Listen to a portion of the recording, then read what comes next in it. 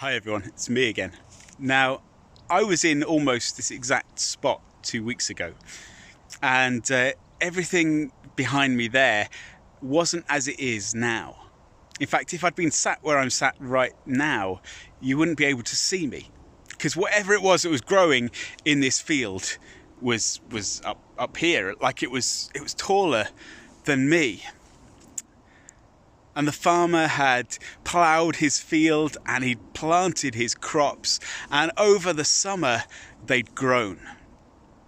I came back a week ago to do some recording, and as I came through, the combine harvester was doing its job. The farmer had seen that all the seeds had grown into what he was hoping for, and the combine harvester was collecting it all in for the next stage of the process, to take it on to be sold, to be turned into flour, whatever it was that it was going to do.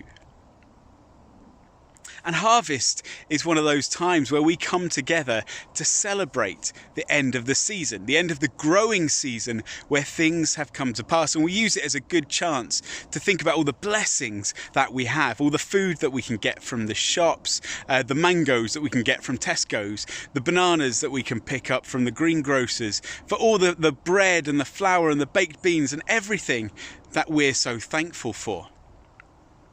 But you see, it wasn't always just harvest that people celebrated. Back in time, when everything was a lot more, how should we call it, magical, when we didn't necessarily know quite so much about science and about how things grow, when we didn't know as a race of humans what it was that made the world work, we used to think that there was more magic to it. And so every opportunity that revolved around fruit and planting and growing things and animals and food, there was a celebration, there was a festival.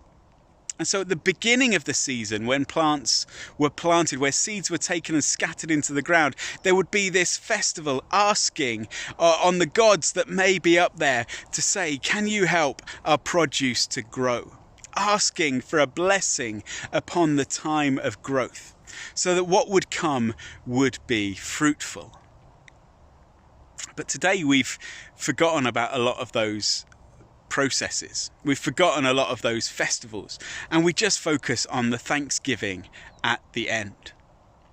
And personally, I think we're missing out by doing that. Now, don't get me wrong, because I absolutely do think it is the right thing for us to do. To come together at harvest and to be thankful for all the things that we've been given. When we do our harvest festivals, we tend to focus on the produce that we can bring, saying thank you for all the fresh fruit and vegetables that we often take for granted, and for the skills of farmers and growers, and for the people who turn wheat into bread and to shreddies, and for all the different foods that come from all over the world. And it is a really good thing to say thank you for all those things. In the Bible it says, the earth has yielded its produce. God, our God, blesses us.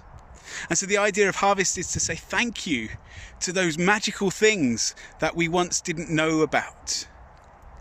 Thank you for the processes of science. Thank you for God who makes it rain on the earth and makes things grow. And it's important that we share those things with others as well. Often at harvest festivals, we gather food together to give to those people who don't necessarily have as much as us. Part of our way of saying thank you for the blessings that we have. I wonder, what have we got to be thankful for today? What are those things that have grown in the ground? Who are those people who help to keep food on our tables? What are those blessings that we have? What are you thankful for this harvest?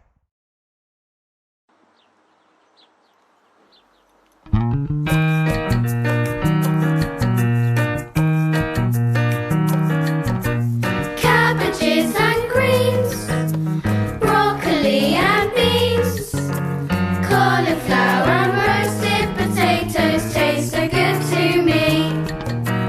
Apricots and plums, ripened in the sun, oranges and yellow bananas, good for everyone. It's another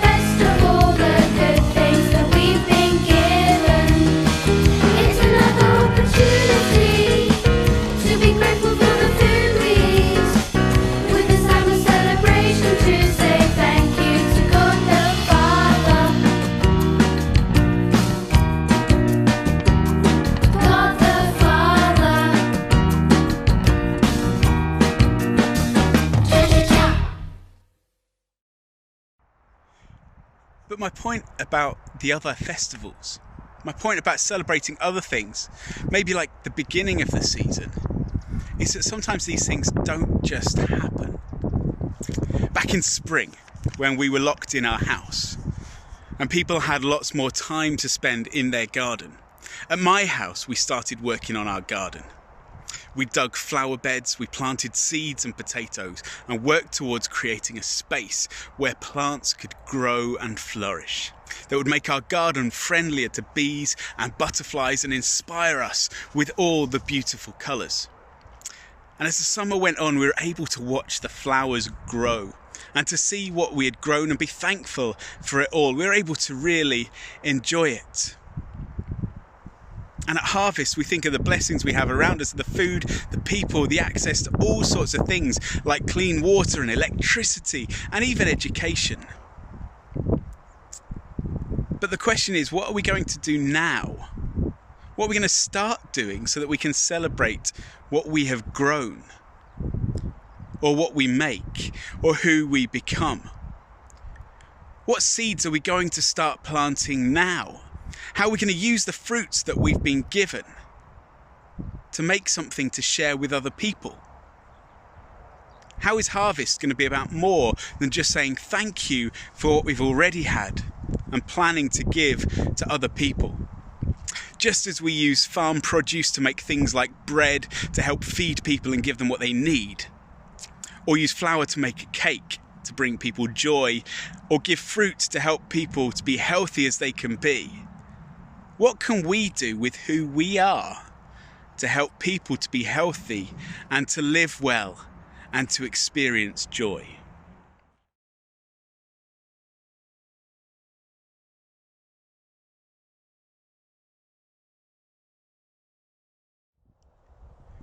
Over the spring and the summer, I walked past a friend's front garden every day. One day as I was walking past, she was in the garden and she was relaying some seeds on the ground. She was replanting the grass to make her grass grow thicker and greener. The next day as I was walking past, she was planting flowers in the flower beds. All sorts of flowers to make her garden look colourful, be a place that she could enjoy. The next day as I walked past, she was putting up a bird feeder, a place where birds could come and gather and she could sit and look out her front window and see what they were doing. She spent time investing in her garden to make it a beautiful place that she could enjoy and that other people could enjoy. As time went on, I kept walking past her garden and I began to notice that there were some stalks that were growing out of the grass. And it wasn't just grass, it was thicker. They were growing taller. They were something different. It took me a while to realise that they were sunflowers. And it turned out that it wasn't my friend that had planted the sunflowers, it was the birds. Anyway, she let these sunflowers grow, and they grew and they grew. And one in particular that I admired every time I walked past the garden ended up taller than me. And its head was bigger than my head. And it was beautiful. It was huge. It was something that I looked forward to seeing. But then as summer began to turn into autumn, the sunflower died. And I was walking past one day and there was my friend chopping down the sunflower. But she gave me the head of the sunflower and she said, what you need to do is put it somewhere to dry. Once it's dried, you can pick out all of the seeds and then the seeds will be ready to plant next year. Those seeds will be ready to grow your own sunflowers. And I was quite pleased about that because the sunflowers that I'd tried to grow were quite little and quite disappointing. But these seeds came from this huge sunflower and have so much promise to become something more. And so I'm midway picking those seeds out of that head. And at the moment, I've got all sorts of plans. The idea will be that I'll plant some in my garden. and I'll be able to watch them grow. I'm going to send some to some friends and to some family so that they can plant a sunflower and they can watch it grow as well. And I'd quite like to hide some, plant some in some really random places so that other people can see it grow and be surprised when these beautiful sunflowers grow. And so while it's really exciting to celebrate the flowers and the food that's grown, to celebrate the things that we've got around us this harvest time, I want to challenge you a bit more. A bit like my sunflower seeds. What seeds are you going to plant in the world around you? What are you going to do to plant something that you can nurture and that will grow into something that next year you can celebrate at harvest? Maybe you've got physical seeds, like sunflower seeds that you can plant and will turn into something beautiful. But I think all of us have got even more than that. Maybe we've got seeds of kindness, or seeds of love, or joy, or hope, or peace. Maybe we've got seeds of helpfulness, or encouragement that will help other people to feel good about who they are and what they can achieve. Maybe we've got some skills or knowledge that we can use to teach other people something useful for life. But whatever we have to plant, it's time to get our hands dirty and to start growing something. What could we help our world to grow? What could we harvest that we could be thankful for if this world became a more joyful or a more loving or a more peaceful or a more hopeful place? What if kindness grew everywhere? I think then we'd have something really exciting to be thankful for. And I wonder whether you can notice what seeds other people have planted in your life. I wonder what people are helping you to learn and grow. What's happening around you and who's investing in you to become the best you that you can be. What's going on that helps you to know happiness and kindness and love and joy and peace and patience and kindness and hope and all those stuff that I've probably already said. In the Bible, in the book of 1 Thessalonians, it says this. It says, so strengthen one another and build each other up, just as you are doing.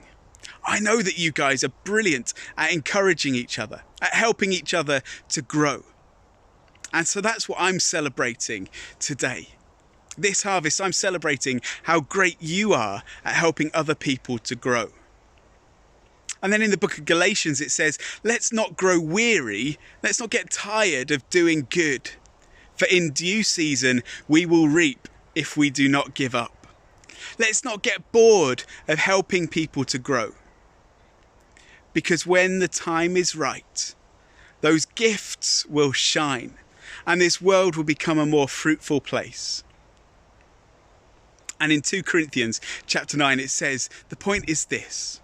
Whoever sows sparingly will also reap sparingly. Whoever sows bountifully will also reap bountifully. What that means is the more love and kindness that we show to other people, the more seeds we plant in this world, the more we will harvest and the more we will have to celebrate. I wonder, what are you looking forward to celebrating next harvest? See you later.